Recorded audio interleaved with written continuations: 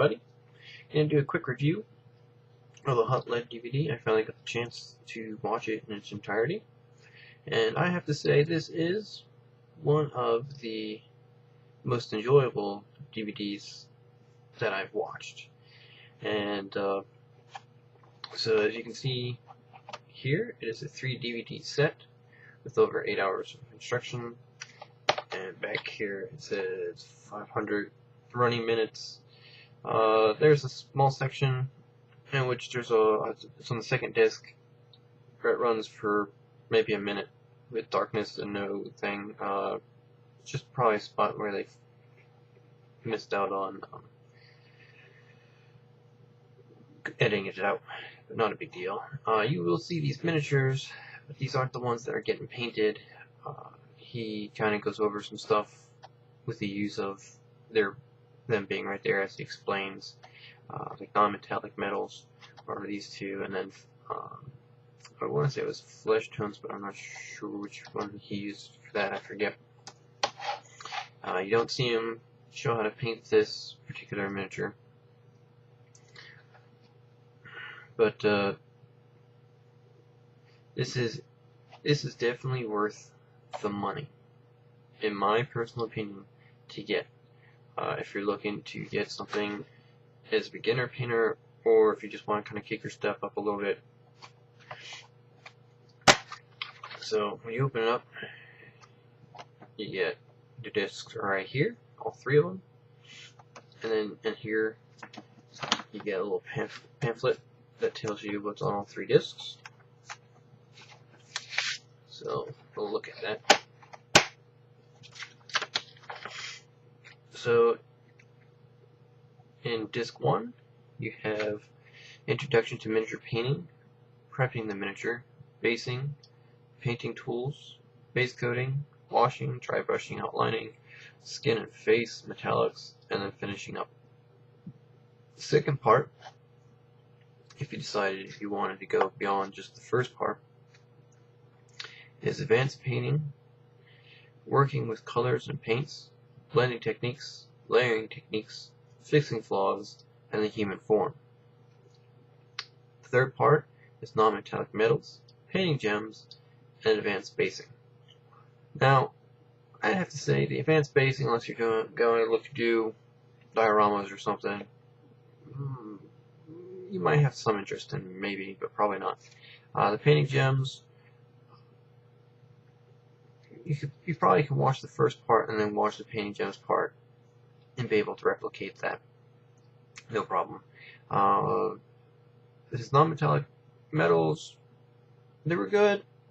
I was kind of iffy on the gold, but I don't really particularly care for the look of non-metallic metals to begin with, so I'm kind of a little bit biased on that. The Human Form is him kind of going over, well, not kind of, but is him going over man and woman's body shapes and where shadows and highlighting should go, and how they should sit on the body, and how close the shadows should be to certain highlights, to give the real, more of a realistic look that you would find on the human figure, and where, how to put these highlights on, and how to mix certain colors for certain highlights in certain parts of the body. Not on the upper shoulder shouldn't be having the same type of highlight as like a muscle on the abdomen, and the guy's kind of hunched over, kind of a deal. So that's really good for that.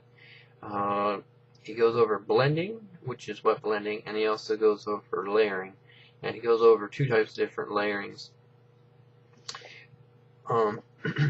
Advanced painting is just him going over what advanced painting is, which is pretty much what he's going to go over here. But if you watch the first section, I would highly recommend watching the Working with Colors and Paints, even if you decide not to go into these further details. He does go over a lot in this first section here for your basic wargaming level of painting. So your basic tabletop, and he even, in this here, it's slightly above a tabletop standard, or a high tabletop standard, but he tells you all you really need to do to get a tabletop look with all this stuff up here, which was very nice compared to a lot of videos where they show you how to paint miniatures, and none of them really tell you how to get to a tabletop standard or a high tabletop standard. They kind of go into just professional painting, and a lot of people don't care to do professional painting, and so this first part is really good, and then the working with colors and paints will only help somebody who's even doing tabletop painting. And then taking these skills and going to their full max that he teaches here, and then picking up here, is for something you're going to want to do for your, not your standard bearer, but your special character, or some guy that you specially made and sculpted, that you want to have stand out, make him look, really nice compared to the rest of the rabble. So this is a good set for that.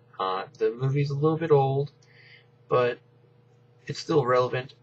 The painting skills and everything are still there. Does he teach you how to paint super realistic so that when you look at the person, it looks like a real human being sitting there? No. You can find that on different videos out there. But the painting level in which he shows you how to do is really good.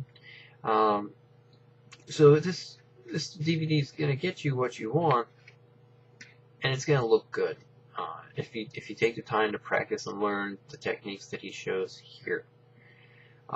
He gives you lots of options in the metallics, and he teaches you what the differences are and their pros and cons. He goes over some skin flesh recipes, and the difference between male and female, and sickly type people or diseased type people, and different ways you can do skins and underbasing coats. He goes over the difference between washes, dry brushes, outlining, inks, paint washes, regular washes, ink washes, the difference between them, their pros, their cons. He literally shows on a miniature the difference between the two right next to each other, side by side on the same cape. So that really hits home. His basing was definitely interesting compared to any other basing I've seen by anybody else. And he goes into a painter's, in like the materials needed. One of the things he suggested is a painter's journal. And I thought that was a great idea. I'm going to actually end up going to the hobby store once I get my car back and running again. Hopefully this weekend my mechanic will finish, but it's Easter weekend, so maybe not. But I'm going to plan on getting myself one of those. The idea of it basically is you write down the recipe of whatever it is, or if you painted a particular type of armor a certain way and you want to be able to reproduce it later on down the line, you can write it down, and then the paper's made in such a way that it's thick enough that you can take some of that paint and paint it in a little square or just a line or whatever right next to it, so that when you go to reproduce it and you have the, I took this and this paint, I mixed it, you can look at your old paint and get the color to approximate, so that you can, oh, it's a little bit too dark, so I'll add the lighter color, and oh, yep, there it is, got it. So I thought that was great. But this video I really enjoyed watching. A lot of good useful information, even after seeing many videos. So far I've watched a lot of these from General Splatman's recommendations and Chris from AFG Productions recommendations. I've watched the Andrea, and I've watched Miniature Mentors videos. I haven't seen all of them, but I've seen a good deal of them. But I highly recommend this video for the price that it costs. And that's all I'm going to say. I'm going to finish up here. So happy wargaming, everybody. Talk to you all later.